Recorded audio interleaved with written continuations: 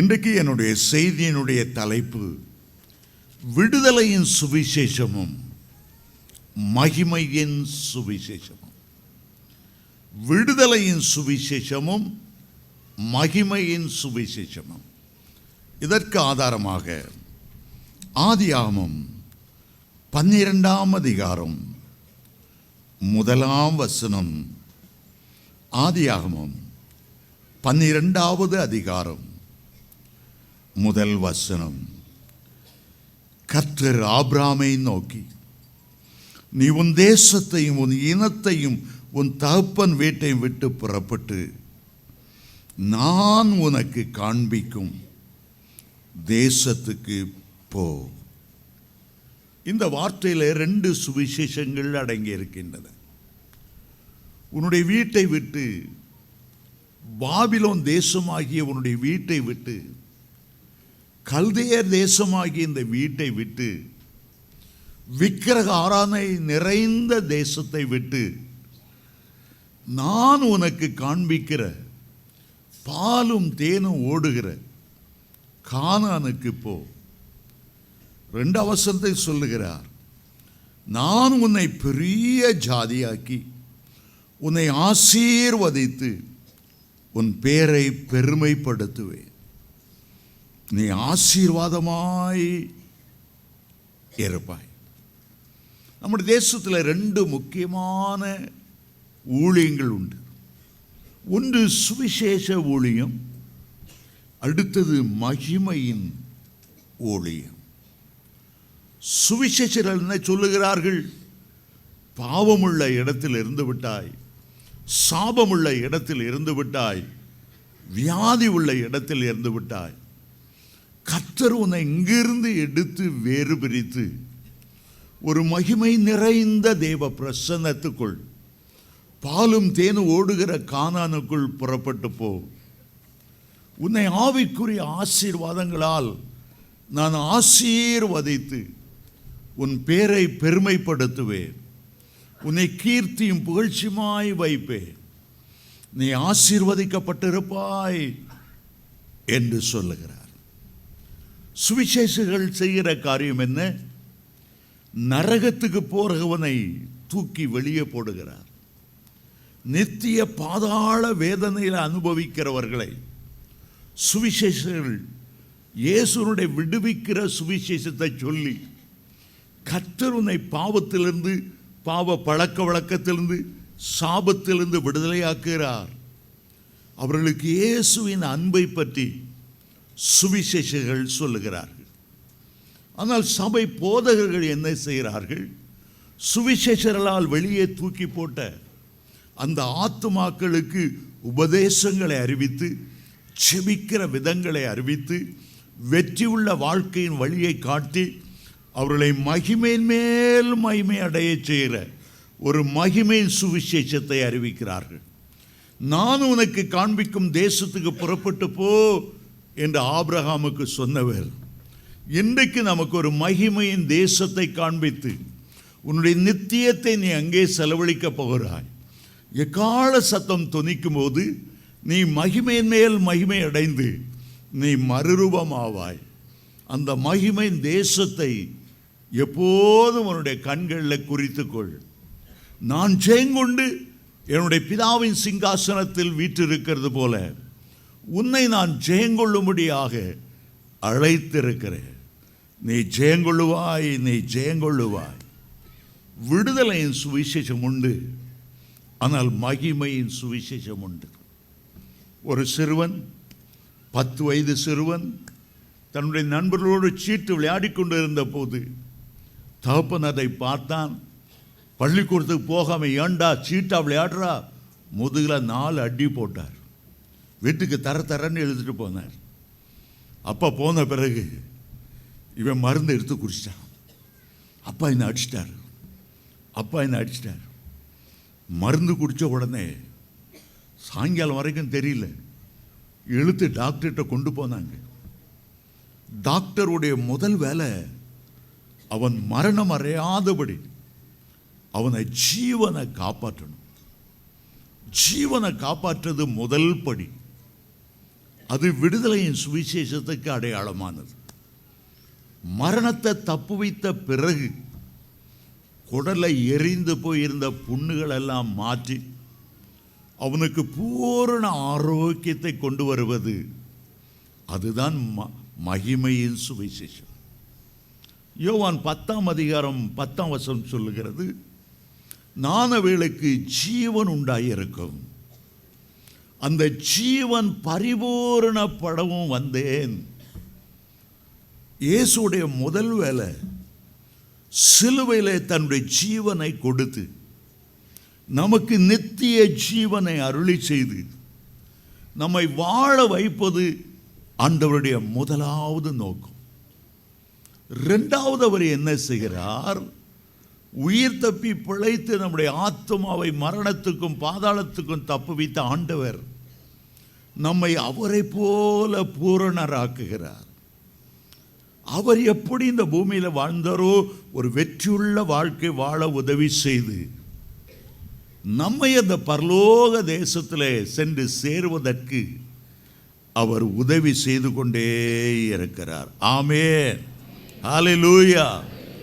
சுவிசேஷகர்கள் பேசும்போது உனக்கு இயேசு என்ன செய்வார் என்பதை பற்றி பேசுவார்கள். இயேசு விடுவிக்கிறார், இயேசு சந்திக்கிறார், இயேசு அந்த நன்மை செய்கிறார், சாபத்தை முறித்து ஆசீர்வாதமாய் மாற்றுகிறார், பிதாக்கள் காலிலிருந்து தொடர்ந்து வருகிற தோல்வியை ஜெயமாய் மாற்றுவார். இயேசு உங்களுக்கு என்ன செய்வார், இயேசு உங்களுக்கு என்ன செய்வார், அதை பற்றி பிரசங்கிப்பார்கள்.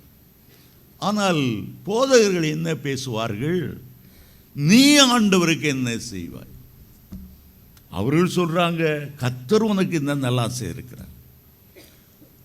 போதகர்கள் என்ன பேசுவாங்க? நீ இயேசுவை போல நீ மாறணுமானா 1 மணி நேரம் ஜெபிக்கணும், அந்நிய பாஷையில் நிரம்பணும், கர்த்தருக்காக சாட்சி சொல்லணும், தசம பாங்களை கர்த்தர் கொடுக்கும்போது அதை ஒரு ஒரு ஒரு மூலதனமாய் பார்த்து, விதையாக பார்த்து கர்த்தர் உனக்கு வானத்தின் பலகணிகளை திறப்பார். சுவிசேஷ ஊழியமும் வேண்டும், மகிமையின் ஊழியமும் வேண்டும். ஆண்டவர் என்னை ரட்சிக்கும் போது அந்த முந்தின நாள் ஒரு சொப்பனம் கண்டேன். ஒரு பயங்கரமான சேரு, அந்த சேரு ஒரு ஆறு போல ஓடி வருகிறது, நீந்த முடியாது. ஒரு மனிதனுடைய முயற்சினால் அந்த சேற்றிலிருந்து பெரிய ஆறு, அந்த சேரு ஒரு மனிதனை அழுத்த முயற்சிக்கிறது. அதில் நான் ஒருவனாக முழுகிறதும் எழும்புகிறதும் சேற்றில் திக்கி ஐயோ யார் என்னை விடுதலை ஆக்குவார் கதறுகிறதுமாய் அது ஒரு கரையோரம் வந்து கொண்டிருந்த போது அங்கே ஒரு கம்பீரமானவர் நின்று கொண்டிருந்தார். எனக்கு நேராய் தன்னுடைய கையை நீட்டினார், எனக்கு நேராய் கையை நீட்டினார். என்னுடைய முழு பலத்தோடு அவருடைய கையை பிடித்து கொண்டேன், அவருடைய கையை பிடித்து கொண்டேன். அவர்தான் என்னை தூக்கினார், அவர்தான் என்னை தூக்கினார். இந்த சேற்றை எல்லாம் அவர் துடைத்தார். எனக்கு ஒரு பெரிய சந்தோஷம். ஏனோ இந்த சொப்பனத்தை தந்த ஆண்டவர் மறுநாள் உளையான பாவ சீட்டிலிருந்து, என்னை பின்தொடர்ந்த அக்கிரமத்திலிருந்து, எனக்கு பிடித்திருந்த டிப்ரெஷன் என்று சொல்லப்பட்ட ஒரு கொடிய ஆவியிலிருந்து என்னை விடுவித்தார். அவர் இரட்சகராகவும் இருக்கிறார், அபிஷேக நாதராகவும் இருக்கிறார். இதோ உலகத்தின் பாவங்களை சுமந்து தீர்க்கிற தேவாட்டுக்குட்டி என்று அவரை அறிமுகப்படுத்தின அதே யோவான் ஸ்நானகன் அவரை பற்றி சொன்னார். அவர் பரிசுத்தாவினாலும் அக்கினியாலும் உங்களுக்கு ஞானஸ்நானம் கொடுக்கிறவர், பாவம் சுமந்து தீர்க்கிற ஆட்டுக்குட்டி, ஒரு விடுதலையின் சுவிசேஷம். பரிசுத்தாவினாலும் அக்கினியாலும் ஞானஸ்நானம் கொடுப்பது அது ஒரு மகிமையின் சுவிசேஷம். ஆண்டவர் நம்மை தம்முடைய மகிமைக்காக தெரிந்து கொண்டிருக்கிறார். அவருடைய ஆலோசனையின்படியே நம்மை நடத்தி மகிமையிலே என்னை சேர்த்துக் கொள்வீர் என்று தாவீது ராஜா சொல்லுகிறார். விடுதலை இல்லாமல் மகிமையின் சுவிசேஷம் இல்லை. முதல்ல ஒரு மனிதனுக்கு தேவை ஒரு விடுதலை தேவை. சாத்தானுக்குள்ள அவன் சிறை வைக்கப்பட்டிருக்கிறான். பாத வல்லமைக்குள்ளே அவன் சிறை வைக்கப்பட்டிருக்கிறான். அவனை ஆண்டவர் அவனுடைய கையிலிருந்து பிடுங்கி எடுத்து உன்னதங்களுக்கு கொண்டு போக விரும்புகிறார். உளையான சேற்றிலிருந்து நம்மை தூக்கி எடுத்த உடனே ஆண்டவர் செய்கிற முதல் காரியம் அவருடைய கல்வாரி அண்டை கொண்டு போகிறார், சிலுவை அண்டை கொண்டு போகிறார், கையை நீட்டுகிறார். அவருடைய இரத்தம் அப்படியே நம்ம மேல வழிந்து வருகிறது. இரத்தத்தால் கழுவி கழுவி கழுவி நம்மை சுத்திகரித்து அவருடைய பிள்ளைகள் என்று அழைக்கப்படுகிற பாக்கியத்தை தருகிறார். அப்பா பிதாவே என்று அழைக்கக்கூடிய புத்திர சுவியார் ஆவியை தருகிறார். அதற்கு பிறகு கிறிஸ்துவின் சுபாவங்கள், கிறிஸ்துவனுடைய குணாதிசயங்களை நமக்கு தந்து நாம் அவரை போல மாற வேண்டும் என்று ஆண்டவர் விரும்புகிறார். எபிரேயர் 6ஆம் அதிகாரத்தை நீங்கள் வாசிக்கும் போது அஸ்திபார உபதேசங்களை பற்றி சொல்லுகிறார். மகிமையின் சுவிசேஷத்தை பற்றியும் அங்கே சொல்லுகிறார். ஒரு வீடு கட்டப்பட்டு அல்லது ஒரு இதே போல ஒரு ஆலயம் கட்டப்பட்டு எழுப்பப்பட வேண்டும் என்றால் ஒரு ஆழமான அஸ்திபாரம் இதற்கு தேவை. அஸ்திபாரம் போட்டதோடு நின்றுவிடக்கூடாது. அஸ்திபார உபதேசத்தில் தான் மனம் திரும்புதல் வருகிறது, தேவன் பேரில் வைக்கிற விசுவாசம் வருகிறது, ஞானஸ்நான உபதேசங்கள் வருகிறது, மற்றவர்களை விட்டு வேறு பிரிந்து பரிசுத்தமாய் வாழுகிற வாழ்க்கை வருகிறது. அஸ்திபார உபதேசங்கள் என்று 7 உபதேசங்களை சொல்லுகிறார். அதற்கடுத்த சுவிசேஷம் பூரணத்துக்குள் கடந்து செல்லுகிற கிறிஸ்து எப்படி அன்பில் பூரணரோ, இரக்கத்தில் பூரணரோ, தாழ்மையில் பூரணரோ, தயவிலே பூரணரோ, பூரணத்துக்கு ஏதுவான ஒரு உபதேசம். கட்டடத்தை கட்டுகிறது, அதில் வெள்ளடிக்கிறது, அதில் லைட்டு போடுறது, அந்த கட்டடத்துக்கு என்னென்ன தேவையோ அவ்வளவும் செய்வதான் பூரண உபதேசம் அல்லது மகிமையின் உபதேசம் என்று அழைக்கப்படுகிறது. அருமையான தேவனுடைய பிள்ளைகளே, எந்த சபை விடுதலையின் சுவிசேஷத்தையும் அறிவிக்கணும், மகிமையின் சுவிசேஷத்தையும் அறிவிக்கணும். அப்படி அறிவித்தால்தான் அந்த சபையினுடைய தேவனுடைய நோக்கம் நிறைவேறும். சபைக்கு வந்தோம், ஆட்டம் பாட்டம் கொண்டாட்டம் டான்ஸ் ஆடணும், அது பேர் அப்படியே போயிடுச்சு, ஒரு பிரயோஜனமும் இல்லை. ஒரு சபை நடத்தும்போது ஒரு போதனுடைய கண்கள் சபையில் உட்கார்ந்திருக்கிற அத்தனை விசுவாசிகளும் பரலோகத்திலே ஆட்டுக்குட்டியானவருடைய விருந்திலே மணவாட்டியாய் காணப்பட வேண்டும். இங்கே ஆராதிக்கிற அவர்கள் நித்திய ஜீவனை பெற்று மேலே வர வேண்டும். அதுதான் அவருடைய விருப்பமாய் இருக்க வேண்டும். தாவீது தன்னுடைய விருப்பத்தை என்ன சொன்னார் தெரியுமா? என் ஜீவனுள்ள நாளெல்லாம் இந்த பூமியில நான் வாழும்போதெல்லாம் நன்மையும் கிருபையும் என்னை தொடரணும், பிசாசோ சாபங்களோ என்னை தொடரக்கூடாது, என் ஆண்டவருடைய பிரசன்னம் என்னை தொடரணும். அதற்கு அடுத்தபடி அதே வசனத்தில் அவர் சொல்லுகிறார், நான் கர்த்தருடைய வீட்டிலே நீடித்த நாட்களாய் நிலைத்திருக்க வேண்டும். ஆமென், ஹல்லேலூயா, ஹல்லேலூயா. அருமையான தேவனுடைய பிள்ளைகளே, விடுதலையின் சுவிசேஷம் மிக மிக மிக மிக அவசியம். இன்றைக்கு அநேகரை பார்த்தா, உலகத்தாரை பார்த்தா சொல்கிறாங்க, எப்படியோ இந்த கஞ்சா பழக்கத்துக்குள்ளே வந்துட்டேன், எப்படியோ இந்த குடிகார பழக்கத்துக்குள்ளே வந்துட்டேன், எப்படியோ வேசிகள்கிட்ட போகிற ஒரு தீய பழக்கம், விபச்சார ஆவி என்னை பிடித்து கொண்டது, என்னை விடுதலை பண்ண முடியல, தீர்மானம் எடுக்கிறேன், திரும்ப திரும்ப விழுகிறேன், தொடர்ந்து என்னால் பரிசுத்தமாய் வாழ முடியல. உள்ளத்தில் எவ்வளோதான் விருப்பம் இருந்தாலும் நிர்பந்தமான மனுஷன் நான். யார் என்னை இந்த மரண சரீரத்திலிருந்து விடுதலை ஆக்குவார்கள் என்ற வேதனையோடு குற்ற மனசாட்சியோடு வாழ்ந்து கொண்டு இருக்கிறேன். ஐயா, எனக்கு ஒரு விடுதலை தேவை, எனக்கு ஒரு விடுதலை தேவை. அநேகர் விடுதலைக்காக ஏங்கி தவிக்கிறார்.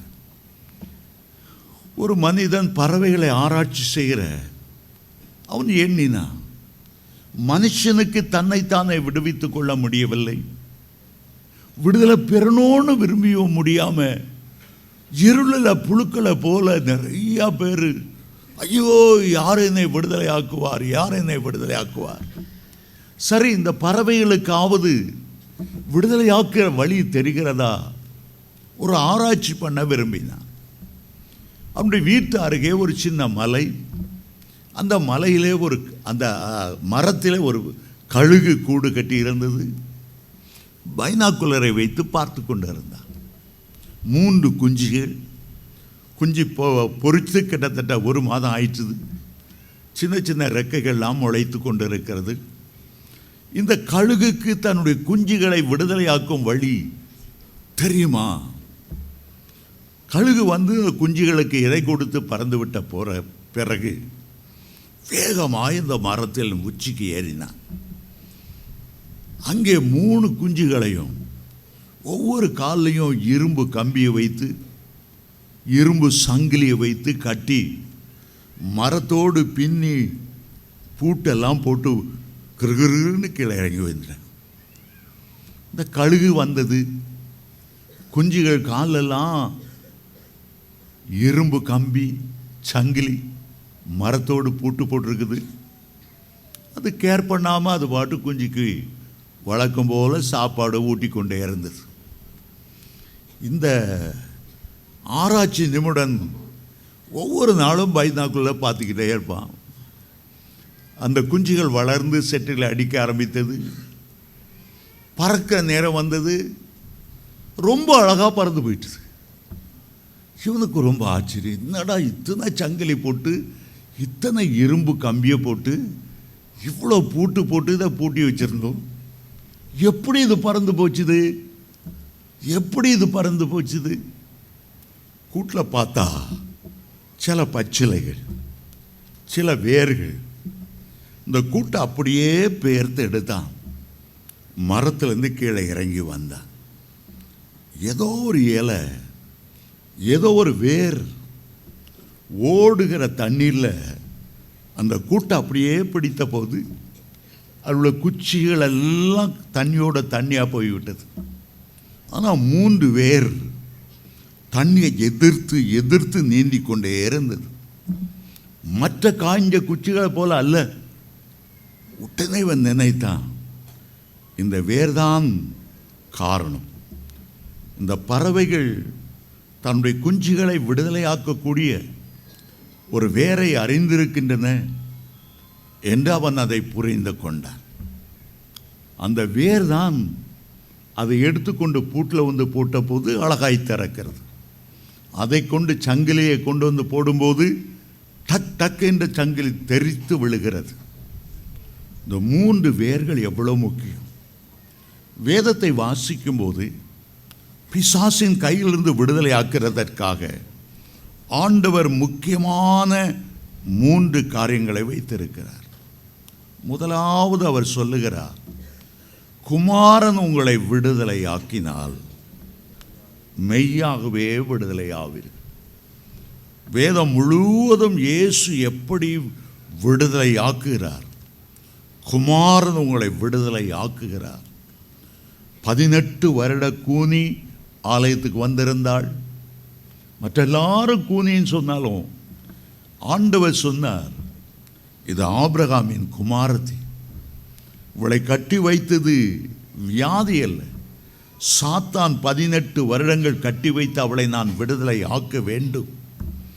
கைகளை அவள் முதுகிலே வைத்த போது அவள் நிமிர்ந்தாள், ஆண்டவரை துதித்தாள், மகிமைப்படுத்தினாள். ஆலயத்துக்கு வந்தார். சூம்பின கையோடு ஒரு மனிதன் நின்றான். நீட்டு கையை என்று சொன்னார்.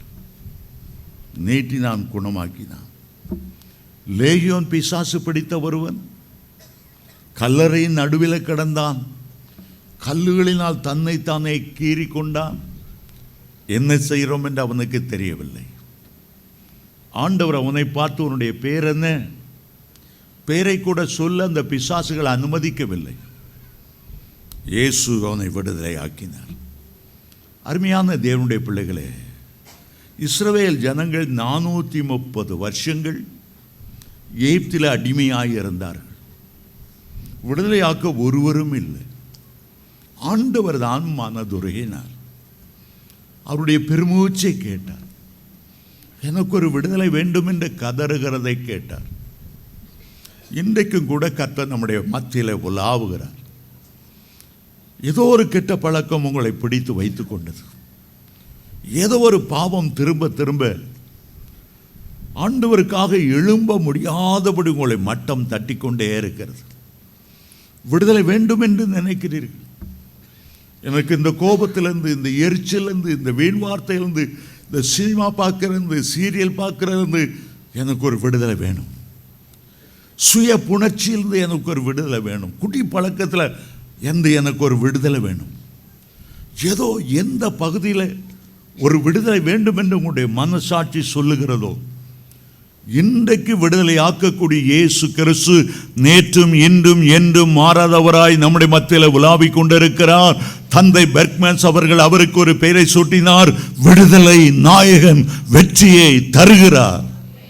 உண்மையாக உனக்கு ஒரு விடுதலை வேண்டும் என்று விரும்புவாயனால், சர்வ வல்லமையுள்ளவரும் ஒருவராய் பெரிய அதிசயங்களை செய்கிறவருமாகிய கர்த்தர் உங்களை விடுதலையாக்க வல்லமையுள்ளவர். கிறிஸ்தவ வாழ்க்கையில் ஒரு வேதனையான பகுதி என்ன தெரியுமா? குற்ற மனசாட்சியால் வாதிக்கப்படுவதுதான் ஒரு வேதனையான காரியம். ரட்சிக்கப்பட்ட பின்பு ஒரு குறிப்பிட்ட பாவத்திலிருந்து உனக்கு விடுதலை இல்லாமல் விழுந்து விழுந்து எழும்பி குற்ற மனசாட்சி வாதிக்கிறதினாலே, மனசாட்சியினால் சூடுண்ட பொய்யராக தேவ சமூகத்தில் அமர்ந்திருப்பதை பார்க்கிலும் வேதனையான காரியம் ஒன்றுமில்லை. ஆண்டவர் விடுதலை ஆக்கும்போது சந்தோஷமாய் கர்த்தருடைய ஆலயத்தில் வந்து ஆண்டவரை பாடி மகிழ்ந்து துதித்து களி கூற முடியும். அநேகர் களி கூற முடியல. துக்கத்தோடு வருகிறார்கள், துக்கத்தோடு திரும்பி விடுகிறார்கள். காரணம் என்னவென்றால், மனசாட்சியிலே சூடுண்ட பொய்யரை போல மனசாட்சியிலே திரும்ப திரும்ப குத்தப்பட்டவர்களாக வந்த வண்ணமாய் திரும்பி போகிறார்கள். இன்றைக்கு ஏதோ ஒரு காரியம் நடக்க போகிறது. இன்றைக்கு கர்த்தர் உன்னுடைய தோல்வியை அறிந்திருக்கிறார். இன்றைக்கு உன்னுடைய தோல்வி எல்லாவற்றையும் ஜெயமாய் மாற்றும்படி கர்த்தர் நம்முடைய மத்தியில் உலாவிக் கொண்டிருக்கிறார். ஹல்லேலூயா, ஹல்லேலூயா, ஹல்லேலூயா. எகிப்திலிருந்து இஸ்ரவேலரை மீட்க வேண்டும் என்றால் முதலாவது பார்வோனில் இருந்த கையிலிருந்து விடுதலையாக்கும். பார்வோன் என்பது சாத்தானுக்கு ஒரு அடையாளம். எகிப்து என்பது உலகத்துக்கு ஒரு அடையாளம். ஆண்டவர் பார்வோனிலிருந்து விடுதலை ஆக்கிறதற்காக ஒரு பஸ்கா ஆட்டுக்குட்டியுடைய இரத்தத்தை கொண்டு வந்து நிலைக்கால்களே பூசும்படி செய்தார். இன்றைக்கு பஸ்கா ஆட்டுக்குட்டின்ற இரத்தம் அல்ல, அதை பார்க்கலும் கோடி மடங்கு வல்லமையுள்ள ஆட்டுக்குட்டியானவருடைய இரத்தம் நமக்காக சிலுவையில் ஊற்றப்பட்டிருக்கிறது. அந்த இரத்தத்தை தியானிக்கும் போதுதான் அடிமைத்தனத்திலிருந்து ஒரு விடுதலை உண்டாகும். இயேசுவின் இரத்தம் சகல பாவங்களிலிருந்து சுத்திகரிக்கிறது மட்டுமல்ல, எல்லா மனசாட்சியும் சுத்திகரிக்கிறது. வெளிப்படுத்தல் 12:11 சொல்லுகிறது, ஆட்டுக்குட்டியின் இரத்தத்தினாலும் சாட்சியின் வசனத்தினாலும் அவனை ஜெயித்தார்கள். அந்த ஆட்டுக்குட்டியின் இரத்தம் பூசப்பட்ட போது அதற்கு பிறகு பார்வோனால் அவர்களை பிடித்து வைத்து கொண்டிருக்க முடியவில்லை. எந்தெந்த வீடுகளில் ஆட்டுக்குட்டியின் இரத்தம் பூசப்பட்டதோ அந்தந்த வீடுகளில் செய்வினையோ சூனியமோ வேதம் சொல்லுகிறது, சங்கார தூதனால அந்த வீட்டுக்குள் நுழைய முடியவில்லை. உங்களுடைய வீட்டுக்கு ஒரு பாதுகாப்பு தேவை. உங்களுடைய பிள்ளைகளுக்கு ஒரு பாதுகாப்பு தேவை. இயேசுவின் இரத்தமே உங்களை பாதுகாக்கிறதை அல்லாமல் எந்த செக்யூரிட்டியும் பாதுகாக்க முடியாது. இந்த வாட்ச்மேனும் பாதுகாக்க முடியாது. இந்தியாவின் பெரிய பிரதம மந்திரி அந்த இந்திரா காந்தி எவ்வளவு பாடி கார்டு அவள் சுட்டு கொண்டது யாரு? அந்த அம்மாவுக்காக நியமிக்கப்பட்ட பாடி கார்டு தான் கொன்னது. அதை நம்ப முடியாது. ஆனால் இயேசுவின் நாமத்திலே தாழ்மையோடு சொல்லுகிறேன், ஆட்டுக்குட்டியானுடைய இரத்தம் உன்னுடைய வீட்டிலே பூசி இருக்கும் என்றால் பகலில் நடமாடுகிற எந்த சங்காரத்துக்கும் இரவிலே நடமாடுகிற எல்லா கொள்ளை நோக்கியும் நீ பயப்படாதிருப்பாய். அவர் சிறகளாலே உன்னை மூடுவார். அவருடைய சட்டுகளின் கீழே நீ அடைக்கலம் போகுவாய். எனக்கு அடைக்கலமாய் இருக்கிற உன்னதமான தேவனை உனக்கு தாபரமாய் கொண்டாய். ஆகவே பொல்லாப்பு உனக்கு நேரிடாது, வாதை உன் கூடாரத்தை அணுகாது. ஆமென், ஹல்லேலூயா. சிவந்த சமுத்திரமாகிய ஞானசாந்தை கடந்த பிறகு அவர்கள் மகிமையின் சுவிசேஷத்துக்குள் பிரவேசித்தார். அதுவரை விடுதலையாக்குகிற சுவிசேஷம். பார்வோனிடத்திலிருந்து, எகிப்திலிருந்து, எகிப்தின் சேனையிலிருந்து உங்களை விடுதலையாக்கி கொண்டு வந்த பிறகு உங்களை வழி நடத்த மேகம் வந்து விட்டது. எங்கே ஆண்டவர் வழி நடத்த சித்தமானார்? பாலும் தேனும் ஓடுகிற கானானுக்கு, பரம கானானுக்கு, மகிமையின் தேசத்துக்கு உங்களை வழி நடத்த ஆவியானவர் வந்து விட்டார். கிறிஸ்துவின் இரத்தம் விடுதலையின் சுவிசேஷத்தை அறிவிக்கிறது. பரிசுத்தாவின் அபிஷேகம் உன்னை பூரணத்துக்குள்ளே, தேவ மகிமைக்குள்ளே கொண்டு வருகிறது. ஆமென், ஹல்லேலூயா, ஹல்லேலூயா. 3 பச்சிலை போல, 3 வேர்களை போல 3 காரியங்களை ஆண்டவர் வைத்திருக்கிறார். குமாரன் உங்களை விடுதலையாக்கினால் யோவான் 8:36 வாசிக்கிறோம். இரண்டாவதாக சத்தியத்தை அறிவீர்கள், சத்தியம் உங்களை விடுதலையாக்கும் என்று ரோமர் 8:32 சொல்லுகிறது. சத்திய வசனத்தை வாசிக்க வாசிக்க ஆவியும் ஜீவனுமாய் இருக்கிற கர்த்தருடைய வெளியேறப்பட்ட வேதத்தை வாசிக்க வாசிக்க உங்களுக்காக ஆண்டவர் விடுதலைக்காக வைத்திருக்கிற சத்தியத்தை அறிந்து கொள்ளும் போது அந்த சத்தியம் உங்களை விடுதலையாக்கும். மூன்றாவதாக உங்களை விடுதலையாக்குறது என்ன? மூன்றாவதாக உங்களை விடுதலையாக்குறது என்ன? 2 கொரிந்தியர் 3:17-18 வாசிக்கும் போது ரொம்ப அருமையான ஒரு வசனம். அந்த வசனம் சொல்லுகிறது, எங்கே ஆவியானவர் உண்டோ அங்கே விடுதலையும் உண்டு. கர்த்தரே ஆவியானவர், ஆவியானவர் எங்கே உண்டோ அவர் விடுதலை உண்டு. அதை முடித்த, அதை சொன்ன அடுத்த வசனத்திலே மகிமையின் அபிஷேகத்தை குறித்து ஆண்டவர் பேசுகிறார். 2 கொரிந்தியர் 3:17-18 கர்த்தரே ஆவியானவர், கர்த்தருடைய ஆவி எங்கேயோ அங்கே விடுதலையும் உண்டு. இது விடுதலையின் சுவிசேஷம். அடுத்த வசனம் பாருங்கள், நாம் எல்லாரும் திறந்த முகமாய் கர்த்தருடைய மகிமையை கண்ணாடியிலே காண்கிறது போல கண்டு ஆவியாயிருக்கிற கர்த்தராலே அந்த சாயலாகத்தானே மகிமையின் மேல் மகிமை அடைந்து மறுரூபப்படுகிறோம். மகிமையின் மேல மகிமை அடைந்து மறுரூபப்படுகிறோம். அதுதான் மகிமையின் சுவிசேஷம். அதுதான் தேவன் நம்மை குறித்து வைத்திருக்கிற நோக்கம். எவ்வளோ சந்தோஷமான காரியம். ஆபிரகாமை முதல்ல ஆண்டவர் அழைக்கும் போது உன் இனத்தை, உன் ஜனத்தை, உன் விக்கிரகாரனை எல்லாம் விட்டுட்டு, உன் தகப்பன் வீட்டை விட்டுட்டு நான் உனக்கு காண்பிக்கும் தேசத்துக்கு புறப்பட்டு போ. ஆண்டவரை சார்ந்து கொண்டு வந்தபோது ஒரு நாள் ஆபிரகாம் கேட்டார், எனக்கு ஒரு பிள்ளை இல்லை. ஆண்டவர் சொன்னார், நட்சத்திரங்களை அண்ணார்ந்து பார், உன் சந்ததி அவ்வனாய் இருக்கும். அது வரைக்கும் ஆதாமுக்கு சொன்னது மண்ணிலிருந்து எடுக்கப்பட்ட மண்ணுக்கே திரும்புவார். ஆனால் அந்த நாளில் ஆதியாகமம் 15:5 சொல்லுகிறார், வானத்தை பார், மண்ணை பார்க்காத. மண்ணான பிரச்சனைகள், மண்ணான போராட்டங்கள் உன்னை பாதாளத்துக்கு இழுக்கிற இதிலிருந்து நான் உனக்கு விடுதலை தந்துட்ட பிறகு மண்ணை பார்க்காத. இப்ப விண்ணப்பார். அதுதான் மகிமையான சுவிசேஷம். உன்னுடைய சந்ததி நட்சத்திரத்தை போல இருக்கும். மகிமையான சுவிசேஷம். உன்னுடைய பிள்ளைகள் மத்தியில் ஒரு வெடிவெள்ளி நட்சத்திரம், மகிமையான இயேசு அமர்ந்திருப்பார். மகிமை சுவிசேஷம்.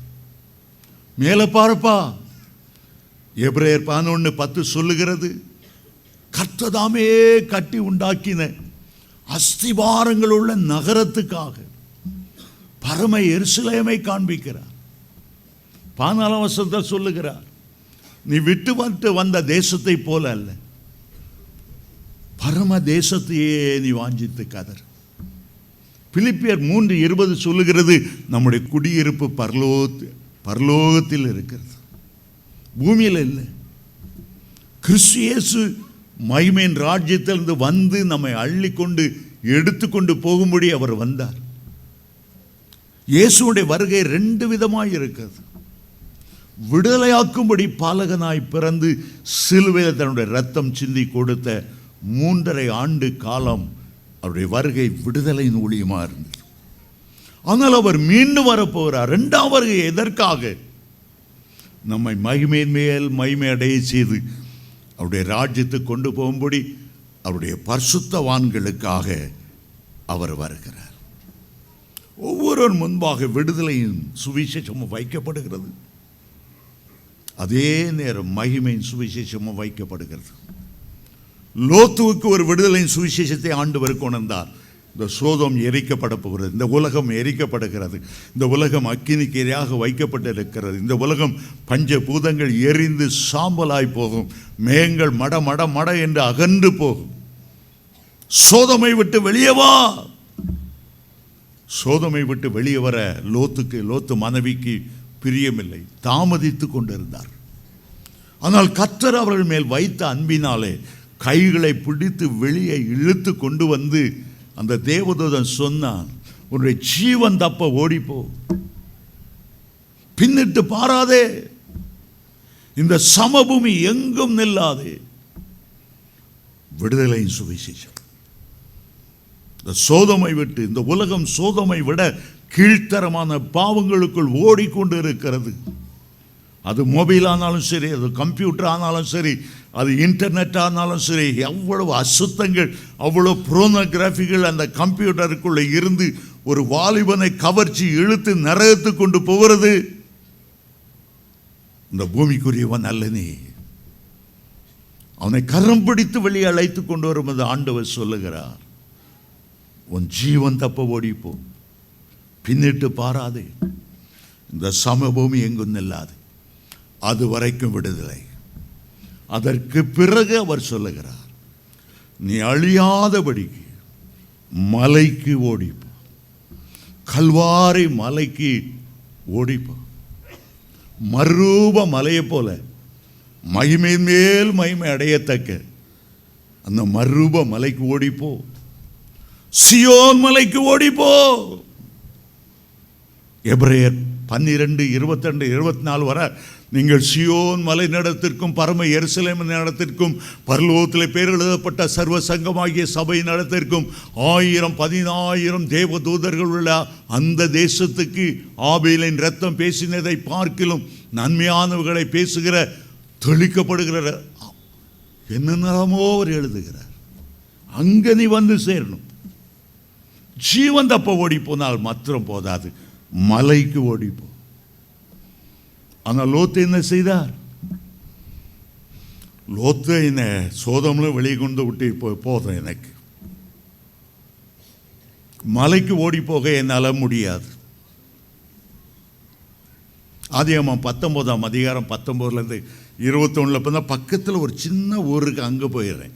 மலைக்கு போக எனக்கு முடியாது, மலைக்கு போக எனக்கு பிரியம் இல்லை. சியோன் மலைக்கு பரம எருசலேமுக்கு எனக்கு போக பிரியம் இல்லை. பக்கத்தில் ஊர் இருக்கு, அங்கே போயிடுறேன். விடுதலை சுவிசேஷத்தை ஏற்றுக்கொண்டாரே தவிர மகிமை சுவிசேஷத்தை அவர் ஏற்றுக்கொள்ளலை. நம்ம சுற்றி நிறைய சர்ச் இருக்கு. கத்தோலிக்க சர்ச் இருக்கு. அபிஷேகத்தை நம்புவாங்களா? ஞானஸ்தானத்தை நம்புவாங்களா? பூர்ண சுவிசேஷத்தை நம்புவாங்களா? இல்லை. சிஎஸ்ஐ சர்ச் இருக்கு. அந்நிய பாஷை பேசினா ஏதோ கெட்ட வார்த்தை பேசுகிறான்னு கையை பிடிச்சி தோலை பிடிச்சி தூக்கி வெளியே கொண்டு போட்டுருவாங்க. மகிமை சுவிசேஷத்தை அறிவிக்கிறதில்லை, பூரண சுவிசேஷத்தை அறிவிக்கிறதில்லை.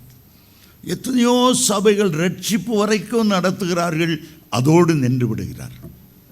ஆனால் ஒரு சபை, சில சபைகள் தான் விடுதலையின் சுவிசேஷத்தையும் அறிவிக்கிறார்கள், மகிமையின் சுவிசேஷத்தையும் அறிவிக்கிறார்கள்.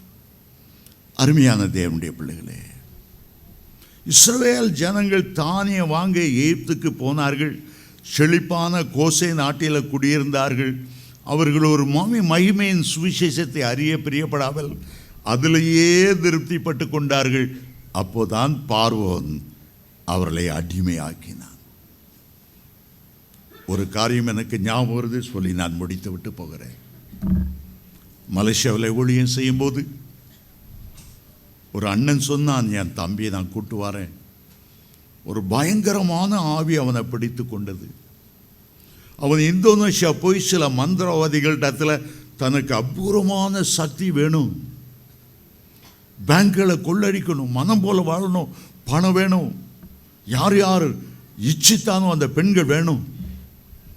ஒரு மந்திரவாதி நடு இரவில் அவனை முன்னால் வைத்து 2 தீபங்களை கொளுத்தி வைத்து பிசாசை கூப்பிட்டு கொண்டே இருந்தான். ஒரு பயங்கர வலு சர்ப்பம் வந்தது.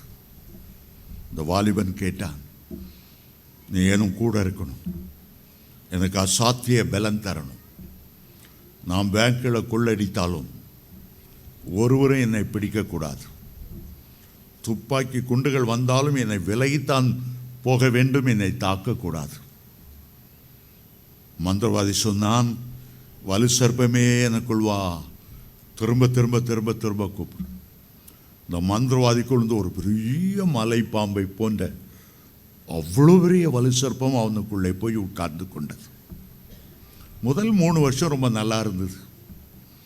பிறகு அந்த வலு சர்ப்பம் அவனை சீரழிக்க ஆரம்பித்தது, அவனை மேற்கொண்டது. பிரேதங்களை போய் இரவு நேரத்தில் கடிக்க ஆரம்பித்தான். பைத்தியக்காரனை போல மாறிவிட்டான். வீட்டில் தங்குவதில்லை, சரியாக சாப்பிடுவதில்லை, குளிப்பதில்லை. எனக்கு தெரியாத அவன் எனக்கு முன்னால் கொண்டு வந்து முழங்கால் போட்டான். இயேசுவின் ரத்தம் சொன்னதான் அந்த வலு சர்ப்பம். அந்த பலனை சொல்லவே முடியாது, அவ்வளவு பிசாசின் பலன். ஜெபம் பண்ணும்போது என்னை சுவர் பக்கமாய் நசுக்க கொண்டு போனான். எனக்குள்ளே ஒரு வைராக்கியம் வந்தது. சர்ப்பமே உன் தலையை நசுக்கினவர் என் ஆண்டவர், உன்னதத்திலிருந்து வருகிற பலனை தருகிறவர் என் ஆண்டவர். நீ தோற்கடிக்கப்பட்டவன், சிலுவையில் உன் தலையை நசுக்கின இயேசுவின் நாமத்தில் கீழே தொப்பென்று விழுந்தான். இந்த பாம்பு போல சபைக்குள்ளே அவன் நெளிந்து போனான், எலும்பே இல்லாதது போல. 1/2 மணி நேரம் போராடின பிறகு ஆண்டவர் விடுதலை கொடுத்தார். சின்ன ஆட்டுக்குட்டி போல உட்கார்ந்தார். சொன்னேன், இயேசு கிறிஸ்து உன் மேலே வைத்த அன்பினால் உன்னை விடுதலை ஆக்கி இருக்கிறார். முழங்கால் போட்டு, இயேசுவே என் உள்ளத்தில் வாரும், எனக்கு பாவ மன்னிப்பையும் ரட்சிப்பையும் தாரும், உருக்கமாய் கேளு என்று சொன்னேன். அவன் என்ன சொன்னான் தெரியுமா? கிறிஸ்தவ மார்க்கம் கடினமான மார்க்கம், என்னால் முடியாது. உலக சந்தோஷத்தை நான் அனுபவிக்க விரும்புகிறேன். ரொம்ப தேங்க்ஸ் பிரதர், எனக்கா ஜோமணி விடுதலை ஆக்குனதுக்காக ரொம்ப தேங்க்ஸ். ஆனால் என்னை கட்டாயப்படுத்தாது, எனக்கு பரிசுத்தமாய் வாழ முடியாது. எழும்பி போய்விட்டான். என்னடா 1/2 மணி நேரம் போராடி ஒரு பிரயோஜனம் இல்லாமல் போகிறேன், ஆண்டவரே உம்மை ஏற்றுக்கொள்ளலைன்னு ரொம்ப துக்கமாக இருந்தது. 1 வாரம் கழித்து அவனுடைய அண்ணன் அவரை திருப்பி கூட்டு வந்தான் நான் தங்கியிருந்த வீட்டுக்கு. நான் சொன்னேன், தயவு செய்து என்னால் கட்டாயப்படுத்தாங்க. அவன் இயேசுவை அவனுக்கு வாழ்க்கையில் ஒப்பு கொடுக்கலன்னா சாத்தான் 7 வகை அதிகமான பிசாசை கூட்டு வந்து பிடிப்பான். எங்களுக்கு பிசாசை துரத்துறது எனக்கு முக்கியம் இல்லை, அவனுடைய இருதயத்தை ஆண்டவருக்கு ஒப்பு கொடுப்பதான் முக்கியமாக. என்னால் ஒன்றும் செய்ய முடியாது, சாரி என்று சொல்லிவிட்டேன். அருமையான தேவனுடைய பிள்ளைகளை, ஆண்டவர் விடுதலை தருகிறார். அவரை ஏற்றுக்கொள்ளும் போது அந்த விடுதலையிலே நிலை நிற்க முடியும். அவர்களை நிலை நிற்கும்போது அதைவிட கோடி மடங்கு மேன்மையான உலக சிற்றின்பம் தருவதை பார்க்கிலும் ஒரு பேரானந்தத்தை சங்கீதம் 16:6 தாவீது சொல்லுகிறார், நேர்த்தியான இடத்திலே நேர்த்தியான சுதந்திரம் எனக்கு உண்டு. நேர்த்தியான இடத்துல எனக்கு ஒரு பங்கு கிடைத்தது, சிறப்பான சுதந்திரம் எனக்கு உண்டு. ஆண்டவர் விடுதலையும் தருகிறார், மகிமையும் தருகிறார். இந்த ரெண்டும் ஒவ்வொரு தேவனுடைய பிள்ளைகளுக்கு தேவை. இன்றைக்கு கர்த்தருடைய அக்கினி அபிஷேகம் உங்கள் மேல் இறங்கி வரும்படி, இன்றைக்கு உங்களை கட்டி இருக்கிற எல்லா சுத்த ஆவிகளின் வல்லமையிலிருந்து உங்களுக்கு விடுதலை தரும்படி, பாவ பழக்க வழக்கங்கள் உங்களை மேற்கொள்ளாதபடி அதை சுட்டரித்து உங்களை இன்னும் உயர்ந்த மகிமைக்கு கொண்டு வரும்படி ஆண்டவர் விரும்புகிறார். எனக்கு மகிமையின் தேவை. இந்த விடுதலை இந்த உலகத்துக்குரியது, ஆனால் மகிமையோ நித்தியமானது. விடுதலையின் ஊழியம் இந்த பூமியில இருக்கும் போதே முடிந்து போகும், ஆனால் மகிமையோ நித்தியமாய் உன்னை பின்தொடர்ந்து கொண்டே வரும். பூமியில் வாழும்போது உங்களுக்கு விடுதலை தேவை, ஆனால் மகிமையின் ராஜ்யத்தில் பிரவேசிப்பதற்கு மகிமையின் சுவிசேஷம் உங்களுக்கு தேவை. இந்த ரெண்டையும் ஆண்டவர் இன்றைக்கு தர விரும்புகிறார். எத்தனை பேர் எனக்கு மகிமை வேணும், தேவ மகிமை வேணும், இந்த உலகத்தோடு என் வாழ்க்கையை முடித்து விடக்கூடாது, மகிமையின் தேசத்தில் நான் அவரோடு கூட காணப்படணும்,